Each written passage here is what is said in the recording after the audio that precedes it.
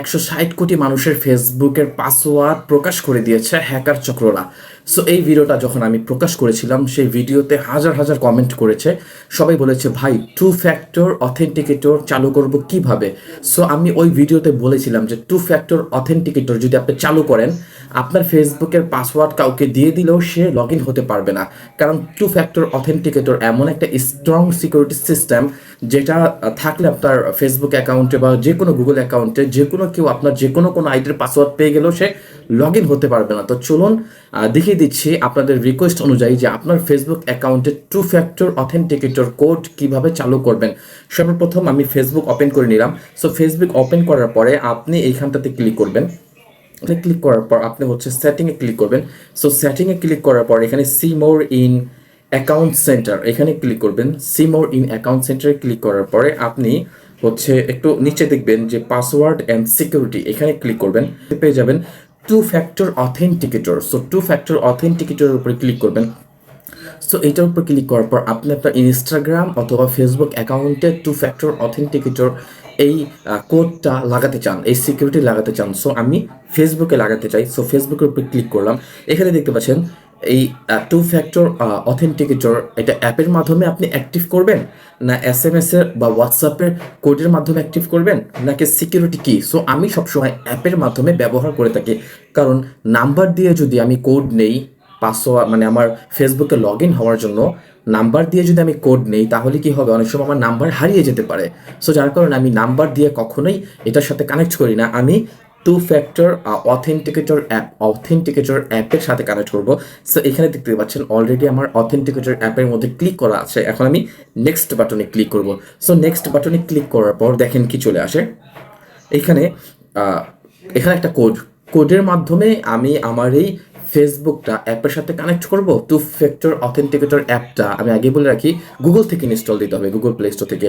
ওই play store থেকে অ্যাপসটা, গুগলের একটা অ্যাপস ইনস্টল দেওয়ার পরে, আচ্ছা আমি একটু দেখাই। সো এখানে ভিউ বারকোড, আমি ভিউ বারকোডে ক্লিক করলাম। আমি সহজটাই আপনাদেরকে দেখাই। জাস্ট আপনারা বুঝেন আর না বুঝেন স্টেপগুলো ফলো করে আগে বাড়তে থাকবেন। একটা সময় সব কিছু আপনার কাছে পানি ভাত হয়ে যাবে। সো এইটা হচ্ছে আমার কিউআর কোড। আমি গুগল থেকে অথেন্টিকেটর যে অ্যাপসটা ডাউনলোড করব, ওইটা আমি ওপেন করব। ওপেন করার পরে স্ক্যান করার একটা অপশন আছে। আমি যখনই এই কিউআর কোডটা স্ক্যান করব, তখনই আমার সাথে সাথে ফেসবুকটা আমার ওই অথেন্টিকেটর অ্যাপের সাথে কানেক্ট হয়ে যাবে। সো আমি যখন ফেসবুকের পাসওয়ার্ড কাউকে দিয়ে দিব, ফেসবুকের পাসওয়ার্ড কাউকে দিয়ে দেওয়ার পরে কি হবে যে সে তার কাছে একটা কোড নাম্বার চাইবে। এই কোড নাম্বারটা আমি দেখাচ্ছি আপনাদেরকে। সো আমি সর্বপ্রথম প্লে স্টোরে যাই। ওকে, প্লে স্টোরে গিয়ে লিখবেন অথেন্টিকেটর। এইটা লেখার পরে যে গুগল অথেন্টিকেটর, এই অ্যাপসটা আপনি ব্যবহার করবেন গুগলের। আমিও এটা ব্যবহার করি। সো এটার উপর ক্লিক করার পরে এটা ওপেন করব।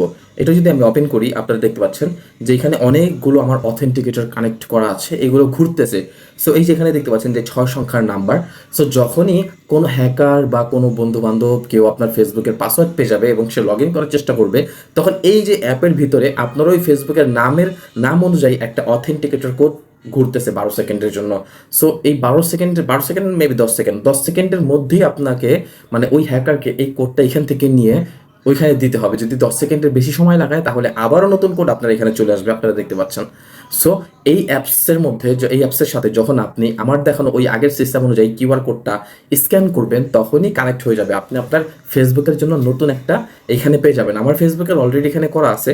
আচ্ছা, এখানে আপনি যদি নতুন কোনো আইডি মানে নতুন কোনো ফেসবুক অথবা গুগল অ্যাকাউন্ট অথেন্টিকেটরের এই অ্যাপসের সাথে কানেক্ট করতে চান, সো এই প্লাস বাটনে ক্লিক করবেন। এই প্লাস বাটনে ক্লিক করার পরে দেখেন স্ক্যান কিউআর কোড। ওই যে স্ক্যান কিউআর কোডটা আমি দেখাইছি, ওই কিউআর কোডটা এখানে আপনি স্ক্যান করবেন। আপনি একটা কাজ করতে পারেন, ওইটারে স্ক্রিনশট দেয় অন্য কারো একটা ডিভাইসে বা আপনার অন্য একটা মোবাইলে রেখে ওইখান থেকে স্ক্যান করতে পারেন। যেভাবে আপনার সুবিধা হয় আপনি এটা স্ক্যান করে নেবেন। এটা স্ক্যান করা অনেক বেশি ঝামেলা না। সো স্ক্যান করার সাথে সাথে কি হবে, এখানে আপনার ওই ফেসবুক অ্যাকাউন্টের নামে এখানে দেখবেন একটা অথেন্টিকেটর কোড ঘুরতেছে 6 সংখ্যার, মানে কোড দেখাচ্ছে 10 সেকেন্ড পর পর। এটা কি হচ্ছে যে চেঞ্জ হয়ে যাচ্ছে। সো এইভাবেই আপনি আপনার অ্যাকাউন্ট নিরাপদ রাখতে পারেন। এইটা আমার প্রত্যেকটা ফেসবুক অ্যাকাউন্টে করা আছে, আমার পাসওয়ার্ড, যার কারণে যদি কোনো হ্যাকার পেয়েও যায়, সো তার আসলে কিছুই করার ক্ষমতা নেই, কারণ এই 6 সংখ্যার ডিজিট তার লাগবেই। তারপর এটা অটো রিসাইকেল হতেই থাকে, 10 সেকেন্ড পর পর অটো চেঞ্জ হতে থাকে। তো এইটা মূলত আমরা অ্যাপসটা কেন ব্যবহার করব, নাম্বার কেন ব্যবহার করব না? নাম্বার আমরা এই কারণে ব্যবহার করব না, কারণ নাম্বার প্রায় সময় আমাদের নষ্ট হয়ে যায়, তখন আমরা আর ফেসবুকে লগ ইন হতে পারি না। কিন্তু এই অ্যাপসটা আমরা যত পর্যন্ত আনইনস্টল না করব, তাহলে আর কোনো সমস্যা হবে না, আমরা কন্টিনিউ এখান থেকে পেতেই থাকবো। অথবা কিউআর কোডটা আপনি স্ক্রিনশট দিয়ে রেখে দিতে পারেন। নতুন একটা যখন আপনি মোবাইল নেবেন বা আনফর্চুনেটলি মোবাইল আপনার চুরি হয়ে গেল, নতুন মোবাইলে ওই কিউআর কোডটা স্ক্যান করলে আবার নতুন করে আপনার চালু হয়ে যাবে। অথবা আপনি এটার মধ্যে একটু ঘাটাঘাটি করলে আরও ব্যাকআপ রাখার সিস্টেম আছে, আপনি এই অথেন্টিকেটর কোড আরও কয়েকটা মোবাইল আপনি চালাতে পারবেন। আপনি যদি 3টা মোবাইল থাকে, এই একই কোড 3টা মোবাইলে শো করবে, 3টা মোবাইলে সেম অ্যাপ রাখবেন। সো অনেক ফাংশন আছে, অনেক সুযোগ সুবিধা আছে, আপনি জাস্ট স্টার্ট করেন, স্টার্ট করলে আপনার কাছে সহজ হয়ে যাবে। আর হ্যাঁ, ভিডিওটা লাইক কমেন্ট শেয়ার করে অবশ্যই সবাইকে দেখার সুযোগ করে দেবেন ফেসবুক, হোয়াটসঅ্যাপ, ইনস্টাগ্রামের এবং গুগলের নিরাপত্তার জন্য। আর যারা আরও নতুন বিষয়ে জানতে চান অবশ্যই আমাকে কমেন্টের মাধ্যমে জানাবেন। ধন্যবাদ।